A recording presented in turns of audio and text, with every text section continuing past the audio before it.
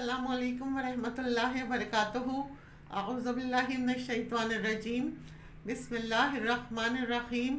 رب اشرح لی صدری ویسر لی امری واحلل عقدۃ من لسانی یفقہوا قولی۔ رب زدنی علما وعملا، رب یسر ولا تعسر وتمم بالخیر۔ مزید ڈسکس کرنے سے پہلے اس ویڈیو کو لائک کریں، شہناز مقصود چینل کو سبسکرائب کریں اور بیل آئیکن کو ضرور کلک کریں۔ آج کا میرا ٹاپک ہے 22 رجب کے کنڈوں کی حقیقت۔ 22 رجب کے کنڈوں کا اہتمام کرتے ہیں لوگ۔ 22 رجب کے کنڈوں کا اہتمام بھی برے صغیر میں عام ہے۔ 22 رجب کو کنڈے بھرنا بطور رسم و رواج یہ رسم پا چکا ہے۔ اس رسم میں کسی منت کے پورا ہونے پر حلوہ پوری اور کھیر پکائی جاتی ہے۔ تاریخ کے مطالعے سے یہ بات سامنے آتی ہے کہ اس رسم کی ابتدا 1906 میں امیر مینائی کے خاندان سے ہوئی، جو ہندوستان کے شہر سے تعلق رکھتا تھا۔ اس رسم کا مقصد امام جعفر کی روح کو ایصال ثواب تھا۔ حالانکہ اس بات کا تعین نہیں ہو سکا کہ امام جعفر کی پیدائش یا وفات رجب میں ہوئی تھی۔ یہ رسم جو تقریباً 100 سال پہلے شروع ہوئی، امام جعفر سے منسوب کر دیا گیا۔ اس سے یہ بھی پتہ چلتا ہے کہ اس رسم کا آغاز اللہ کے نبی صلی اللہ علیہ وسلم نے نہیں کیا۔ یہ چیز اصل دین میں نہیں۔ اسلام میں کسی بھی برگزیدہ شخصیت پر خوشی منانے یا خصوصی صدقات وغیرہ کی کوئی گنجائش نہیں ہے۔ علاوہ ازیں کنڈوں کا نہ قرآن و سنت میں ذکر ہے اور نہ ہی صحابہ، تابعین، تبع تابعین کے زمانے میں اس کا کوئی ثبوت نہیں ملتا۔ تو جو چیز قرآن و سنت سے ثابت نہیں تو اس کے کرنے پر اجر و ثواب بھی نہیں ہے۔ اور اگر ہم بعد میں خود سے اجر و ثواب کی نیت سے کوئی چیز ایجاد کرتے ہیں تو وہ دین میں اضافہ ہوگا۔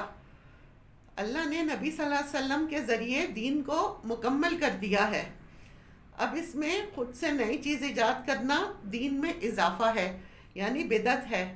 اس کا ہمیں فائدے کے بجائے گناہ ہوگا، لہٰذا ایسی چیزوں سے بچنا ضروری ہے۔ اصل دین کیا ہے؟ یہ بات ہمارے ذہنوں میں واضح ہونی چاہیے کہ اصل دین کیا ہے۔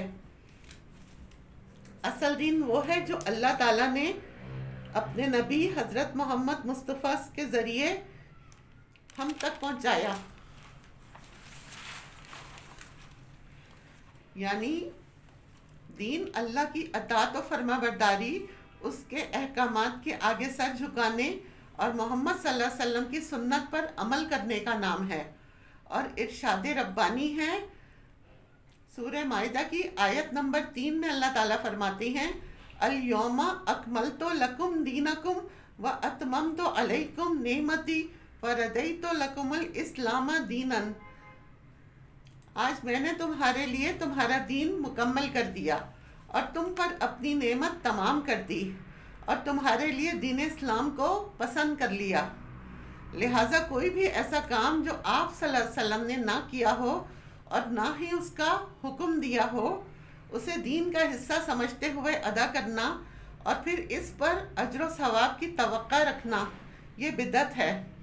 نبی صلی اللہ علیہ وسلم کا ارشاد ہے، بے شک ہر نئی بات بدعت ہے اور بدعت گمراہی ہے، اور ہر گمراہی آگ میں لے جانے والی ہے۔ بدعتی کے بارے میں رسول صلی اللہ علیہ وسلم کا ارشاد مبارک ہے کہ اللہ تعالیٰ بدعتی کی توبہ قبول نہیں کرتا جب تک کہ وہ بدعت ترک نہیں کرتا۔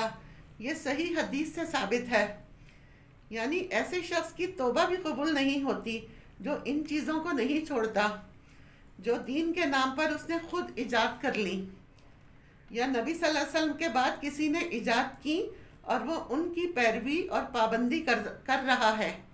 آپ صلی اللہ علیہ وسلم نے فرمایا، میں اپنے حوض پر تم سے پہلے موجود ہوں گا، تم میں سے کچھ لوگ میرے سامنے لائے جائیں گے، پھر انہیں میرے سامنے سے ہٹا دیا جائے گا، پھر میں کہوں گا، اے میرے رب، یہ تو میرے ساتھی ہیں، لیکن مجھ سے کہا جائے گا کہ آپ نہیں جانتے کہ انہوں نے آپ کے بعد دین میں کیا کیا نئی چیزیں ایجاد کر لی تھیں۔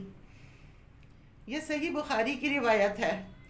اس سے آپ اندازہ لگائیں اگر کوئی شخص دین میں نئے نئے طریقے ایجاد کرتا ہے، ان کی پابندی کرتا ہے اور ان کو فرض کے درجے پر لے آتا ہے، تو قیامت کے دن ایسے شخص کو نبی صلی اللہ علیہ وسلم کے حوض سے پانی نصیب نہ ہوگا، اور آپ صلی اللہ علیہ وسلم اس شخص سے خفا ہوں گے کیونکہ اس نے دین کو اپنے ہاتھوں میں لے لیا۔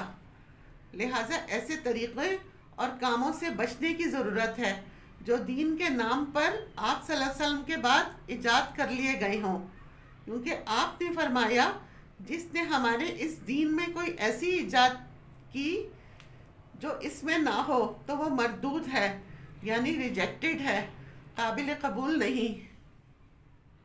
اللہ تعالی ہمیں اور آپ کو ایسی چیزوں سے، ایسی بدعتوں سے بچائے اور ہمارے نبی کے دین پر چلائے، ہمیں سنت پر چلائے اور ثابت قدم رکھے، آمین۔